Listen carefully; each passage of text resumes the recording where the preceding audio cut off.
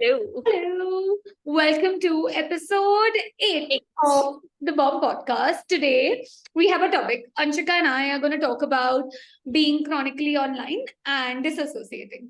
So, Anshika, you claim to, and I know you are, to be a child of the internet. And I wanted to sort of start this by talking about one, why do you say that? Two, in a world that is now trying to detox and not be on socials and do all of that, what does being a child of the internet mean, and what do you think of that? So Okay, child of the internet means that probably all I know, at least 99% of what I know about the world, I have learned through the internet. Um, I've learned everything by Googling. If you look at, so I come from Gorakhpur, which is a very small town in somewhere in Uttar Pradesh, right? And वहाँ पर exposure नहीं है. So if you want to know about what's happening in, say, Jamaica, if you want to learn about Puerto Rico, if you want to learn about, say, the Egyptian mummies, whatsoever, you probably don't even find the right libraries to, say, lend books from. But the good thing for me was that, okay, while I did not have access to these libraries, I did have one laptop. I got my first laptop at 8 years old, which is, I don't know, not highly responsible, but that gave access to Google, and that meant I could look up things. And yeah, just the act of looking up and probably learning about the world, learning about how to be yourself, learning about my issues. Okay, so my first instinct with like growing up, the whole puberty phase was also looking up answers. So stuff like I don't know how to smell good all the time. So probably that growing up, like in that 9, 10, 11 years of age when you start sweating and you're like, okay, no, I need to smell good and proper and feel clean. And I didn't know who to talk to about it. I did not have the kind of family where we'd probably discuss puberty so openly that, okay, dude, I have this problem and I'm slowly starting to be very aware of it. So, like, help me solve it. My best bet was to go to WikiHow and ask it, dude, how do you smell so good all the time? And they had all these articles for these like young kids. like I'll step one, step two. I know what Wikia looks like even. Yeah. Exactly. So I was such a big fan of WikiHow. I think I've spent hours and hours reading randomest of articles on WikiHow, which have like zero relation to what my life even probably looked like back then. So stuff like how to assemble IKEA furniture. I was in Gorakhpur. There was no IKEA. There was no furniture happening then.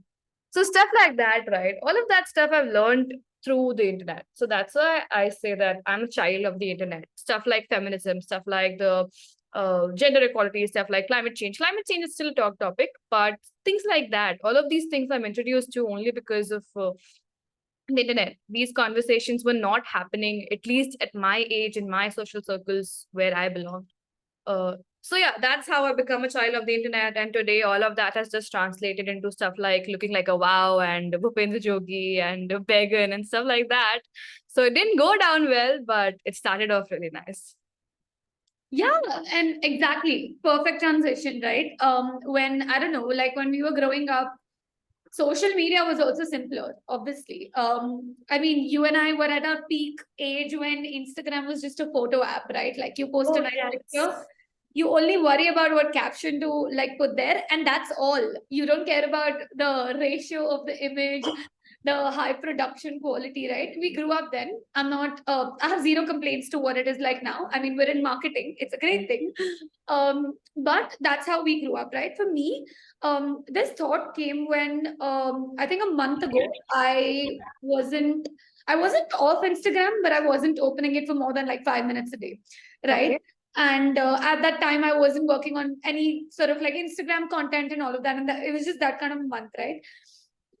And that month turned into 2 months. 2 months later, when I decided to come back, start doing content for DD, for multiple things, I suddenly felt so lost. Like I didn't know what people on Instagram are talking about, what trends are going on.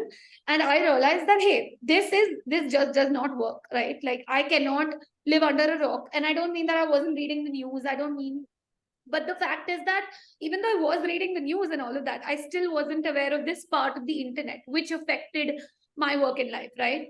And that's Yeah. when I got to thinking that, hey, I will never be able to go off of it and not have it affect my work. So what's the middle ground, right? That's where this topic came from. And this was related to the fact that I know so many people around me who are like, hey, Instagram detox, I can't be on it, even in similar fields, right? So what I realized was, for me, one, I've acknowledged that it's important to be on it. I don't have a problem per se. I'm at least itna self-awareness hai that I'm able to sort of spot it. Okay, when is it getting too much, right? Mm-hmm. And I came to like a solution, a middle ground, which was that I have to build this ability to look at like to be on the internet and know that it is for work, right? So for example, when I'm on Instagram, can I follow the right people? Can I not follow the fashion influencers that make me feel horrible about how I celebrate Diwali, for example, on days, right? So I don't feel It's Dhanteras evening, by the way, everybody. Happy Dhanteras. yes. From two non-Dhanterasy people. Exactly. Yeah, we aren't even like dressed like Diwali. Anyways. But remind me. Yeah, no, I mean there are like diyas in my house, so I guess maybe that makes it. I don't know. You should light one too. There is one. Yes. Exactly. That is a modern diya. Yeah. Right. But I forgot that the solution was to, for me, find a balance. For example, today on Twitter, anytime I come across a tweet that is really gossipy and not fun, like 14-year-old me would have enjoyed it, even 17-year-old me. But now I go to and click on not interested deliberately, because Yes. exactly right, when I open that app, I'm very mindful of what I see. It has to either be a fun, low-key read that sort of, okay, makes me feel good, it's interesting to know about, or a really complex read, right? It's either. I don't want anything in between. So that was one of the solutions I thought of. And what this reminded me of, now, I saw a flaw in this, in the fact that I need to be online to like sort of know about the world. For example, I know someone who's around like 34. They don't work in marketing. They don't have to know about the trends. For example, like today, imagine, dude, if somebody in your college didn't know looking like a wow, you would be surprised, right? Like why and how. Correct. Yes. Correct, right?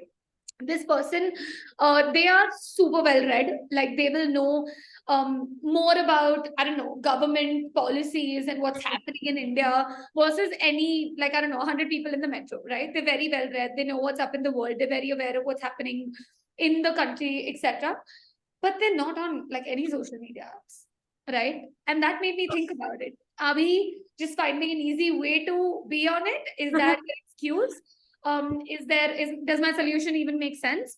But that anecdote made me think about that, and I'm curious what you think. Can you hear the firecracker wala awaaz? A little bit, but I it's can't not. make it stop. So like it's No, just no, it was very little. It was Happy Diwali. So I had a professor, Professor Deeksha. She taught me branding and advertising for a little bit. And she told us about how, so she'd often make fun of us and our Gen Z attributes, about how you all just keep watching reels and keep telling me, oh, ma'am, this is research. Oh, ma'am, I'm watching it because I need to know as a marketer. And see, she is on Instagram, very inactive, but she always is on top of all these trends. And I once asked her, how do you know all of this? And she said that I read about what's trending instead of watching what's trending. So stuff like I recently found that YouTube also has a page called the Trends blog or something like that, where every month they dissect what's happening or what's bound to happen, what's going to happen. So you might not get like really micro updates. You'll probably have to follow like newsletters or whatever. But probably reading about those things, which is like a curated collection of all these trends, is something you could try. I've been wanting to try, but nahi hota mere se. I have to live in the very like quick instant feedback loop. Oh, ye trend kar raha hai. Oh, this might trend in the future. Like Ganji Chudel was a niche and then it became a big thing. Stuff like that. exactly. But Yeah. that, right? So probably read about trends. Yeah. Instead of watching them. Instead of making them. That also. When you think about why we don't do that as easily, like if it is really about just knowing what trend is going on, clearly the dopamine or this like instant, like scroll and like go to the next thing is probably just something we crave more than just reading really long articles about it, right? That's true. But I think if we like were really honest with ourselves, the trend, the newsletter, and people are writing about it all the time. Like I think there's so many marketing newsletters. You cannot complain I don't get marketing content. Yeah, exactly. So I think that would be the first discovery of this, right? That it's mostly You just have to be honest with yourself about what you're doing on the internet if you really are looking to change it.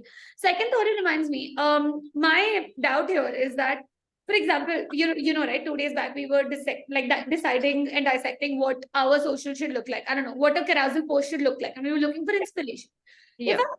If I'm not on Instagram, how do I know? Like, what about design then? That's my doubt. I am guessing there's like stuff on Figma or something. There is this Dribble. You can find probably stuff on Dribble or Pinterest or like all these places where you go to find inspiration. Or probably like what's trending in visual design. I remember few months back rather, liquid holographic texts were really trendy. And I read about it somewhere on the Dribble, I guess. Dribble blogs or something like that. Got it. See, Yeah. these are the resources. Yeah. But yeah, like you just have to like put a little more effort, conscious effort into Yeah. knowing what you want to look at and where you can find it. Instagram, I think, is like a collection of everything put together. Very easy to access, but also like a big high dopamine problem thing. So Yeah. yeah, I think take it. if I were to pick what I would do, I wouldn't just sort of stick to these articles, and because I wouldn't be able to be honest, right? Like, Oh, I that's also you right? want the fun part. Exactly, right? Now, if I want the fun part also, then how would I manage that? I think that's where disassociating comes where, right? Like I, for example, today when these days when I'm like, okay, I just want to take a break from the task. There are two kinds of breaks that I want. Where one, looking at my device break, that's okay. I don't want to like go off the device. I'm just like, I don't know, going to another tab where I just read things, or I don't want to look at it, right? That's when I pick up a book. That's where my run comes in, right? I have made it a point to be outdoors for a minimum of 20 minutes every day, because especially because I work from home, like you get out of home and you still get the sun in the morning. I don't, right? Like I wake up here, sleep here. So those are two things that I try. But I don't think a deep um blaming the internet is any solution. Like I do think it is tough, but there is a way to choose what you consume, and being very, very mindful about that. Yeah, it's also probably that we're not taught how to use the internet. How do you use the internet for research? Nobody's having these conversations. We're told, get off the internet. It's so shitty. Like growing up, I've been told, okay, internet is like waste of time. You're just wandering around unless you're doing your homework. So probably don't go there. And I would spend hours and hours on Girls Go Games and Wiki Cow and all the Club Penguin and things like that. And then I was introduced to this world of Gary Vee and people who often talk about use the internet, tell your children to use it, teach them how to use it, and they'll probably do better and be better equipped to handle both emotions and just work-life balance with Instagram and social media in general. Yeah, That right, like teaching and talking about it. Maybe that. I do think like a large part of this comes down to like a large, not self-awareness, but a large part of this comes down to managing your mind. I'm not getting the right word, but what I'll try to explain what I mean, right? um you The solution is not to not be on the internet. How else would you ever get to see so many people's lives, right? How else would you get to learn from anybody else? You cannot at a point in time be knowing what 100 other people are up to, right? Then it comes down to the decision of how do you do that, right? Do you have the Can you build your like can you regulate your mental health to not be affected by these things? Self work is not self awareness. Self work was the word that I was looking for. It needs a lot of self work, and it is tough, right? But I think self work is the answer to this, right? Like you said, growing up you're taught to be off the internet. You're not taught to be on it and navigate through weird things that come. Yeah, right. Instead of saying, okay, I'm not gonna do this because I'm feeling insecure, I will say, okay, this is what makes me feel insecure. How do I navigate that feeling and do better? Exactly. Yeah. A lot of people also talk about, say, curating your feed and picking, okay, these are the things I'll read about and learn about, and I'll let go of the rest of the internet. I don't know, I'm not a fan of it because then you sort of limit yourself in this bubble of the internet people or the net pages. And how do you make space for, say, serendipity then? How do you make space for coming across interesting ideas? It How do doesn't you get happen. your notions challenged? Like, dude, Yeah, that, I mean, come on. exactly. That's the only, It like, just becomes a bubble. what? I said it just becomes a bubble then and sad. I don't want to be there if I'm not learning new Yeah. things or seeing new things. Yeah, exactly. Like, I think challenging your notion is something, I mean, I'm still learning to do. And there, then it comes down to how agreeable you are, and how can you, in a very sensible manner, go out with a lot of self belief in an ideology, in an idea, and still have Mhm. people poke holes in it, and for you to look at it objectively. Okay, this makes sense, and this does not, right? It needs so much of, like, you need to be one so well read about what you believe in, and have people, I don't know, criticize it in a way, and then you take that criticism. So it all comes down to that self-work. But yeah, that is something I've been thinking about. How do you, Anshika, what are 3 things you would do to get your notions challenged in life in general? Like, forget the internet, in general. Okay. One, that talk to a lot of people. Everybody has some differing opinions about something. So just talk to a lot of people about a lot of things. Second, probably consume content which you wouldn't normally. For example, I really, so my Netflix feed is full of women-led movies and TV series and whatever.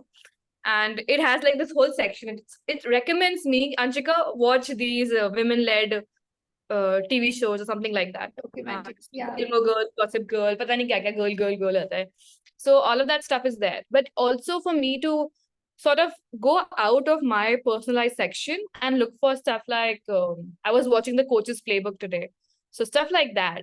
What stuff which you wouldn't normally watch, and it's really hard for me too because I gravitate towards the old stuff that I'm comfortable with, that I enjoy.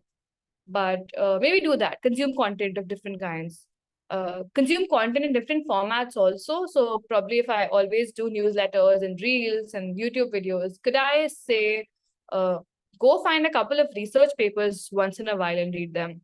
I do that like very rarely, but I do them. I try to do it as often as I could.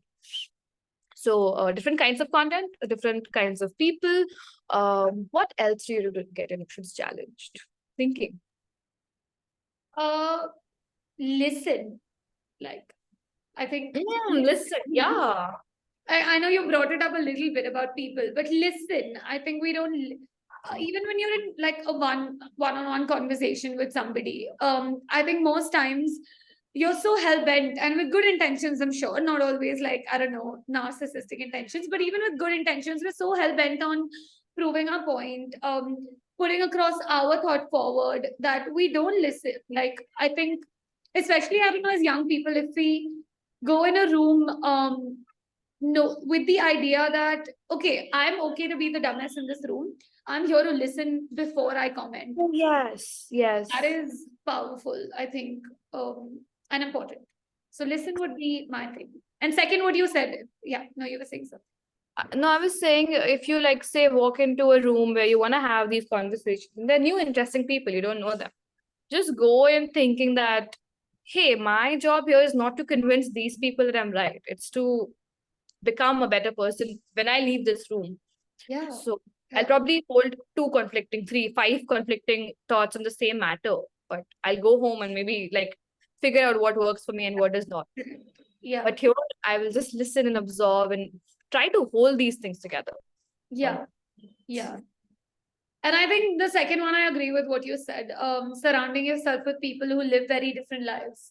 And you know what happens? Like, you know, somebody might debate that your closest friends cannot be really different from you, or like always be challenging your notions. But I think, you know what? For example, think about Must. all of us. Yeah, they must, right? Like, think about all of us.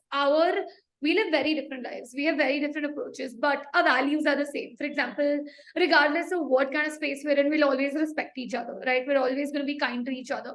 And in that, when these foundational sort of things are in place, then very different opinions are handled very easily. So I think you have to find somebody who you're very close to, and close does not mean you're like them, you know. You'll obviously Yeah. have a friend you're like, but yeah, you know what I I think you have to have that mutual respect and trust that even if they're trying to tell me something which is highly conflicting, they probably are trying to tell me for my betterment. Yeah. That might not always be the case, but you just have to be a judge to figure when Yeah. it actually is and listen to them. And you have to judge internally. You know what I mean? Like, most times you know what I started doing? Like, if somebody's saying me something I like don't agree with at all, I try to not like see if especially if I've asked them for something, or especially if we're in a room with a mutual understanding that they're gonna comment on it.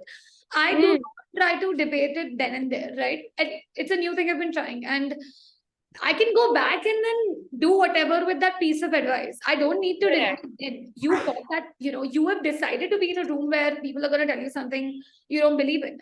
I think at that time, just listen. Like, Yeah, I would like to call that going back home and stuff, like the scratch work of like thoughts, opinion. The scratch work of forming your opinions is that, like, go home, do your rough work, come back and like, give me a new thing. But yeah, yeah, listen.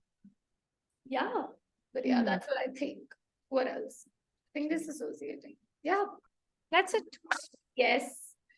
Thank you for watching. Both of us do the same movement when we're ending. Like both of us, like I don't know, one of our shoulders goes. Yeah. Thank you for watching. Hope you had fun. What? Bye. I think they call me.